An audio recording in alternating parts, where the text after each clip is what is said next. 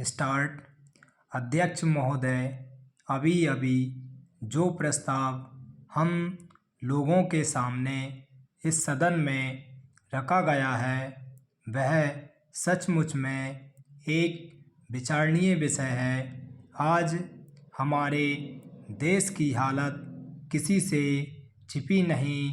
हर आदमी जानता है कि देश के कई भागों में वर्षा नहीं हुई। इसके कारण देश के कई हिस्सों में, जिनमें कि बिहार प्रमुख है, अकाल जैसी स्थिति पैदा हो गई है। चाहे हम इस बात से कितना भी इनकार क्यों न करें कि अभी तक भूख से किसी आदमी की मृत्यु नहीं हुई है, लेकिन यह बिल्कुल ठीक है कि अब ऐसी स्थिति होने में कोई कसर नहीं रह गई है। आप यह समझ लीजिए कि किसी दिन भी आपको ऐसा अवसर मिल सकता है कि अमुक स्थान में भूख से इतने आदमियों की मृत्यु हो गई और इतने पशु समाप्त हो गए। मैंने स्वयं इन इलाकों का दौरा किया है। करीब करीब हर गांव और कस्बे को देखा है। मैं जहां भी गया हूं वहीं एक जैसी दुख भरी कहानी सुनने को मिली।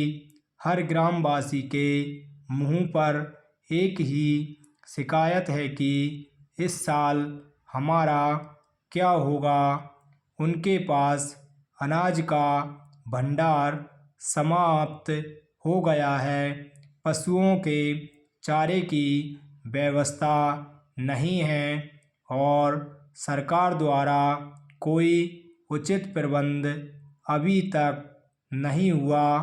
बेशक सस्ते गल्ले की बहुत सारी दुकानें खोलकर सरकार ने इस दिशा में एक सराहनीय कदम उठाया है, किंतु यह दुकानें अभी बहुत कम संख्या में हैं और गांवों से बहुत दूर दूर भी हैं। इन दुकानों की दूरी और भी इसलिए अकरती है क्योंकि आजकल पानी न होने से ग्रामवासी किसी और मेहनत मजदूरी की तलाश में लगे रहते हैं।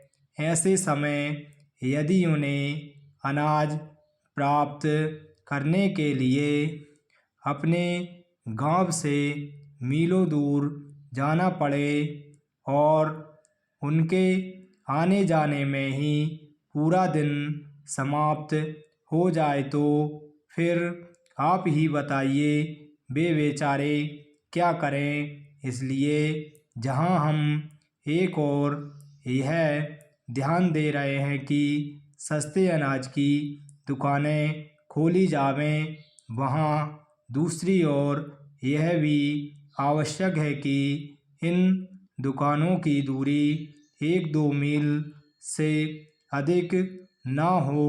भले ही इसके लिए हमें कुछ अधिक दुकानें खोलनी पड़ें, यह एक बहुत ही आवश्यक बात है और हमें इसका ध्यान रखना चाहिए।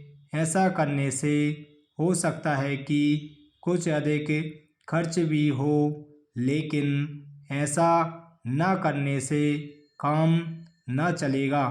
स्टॉप।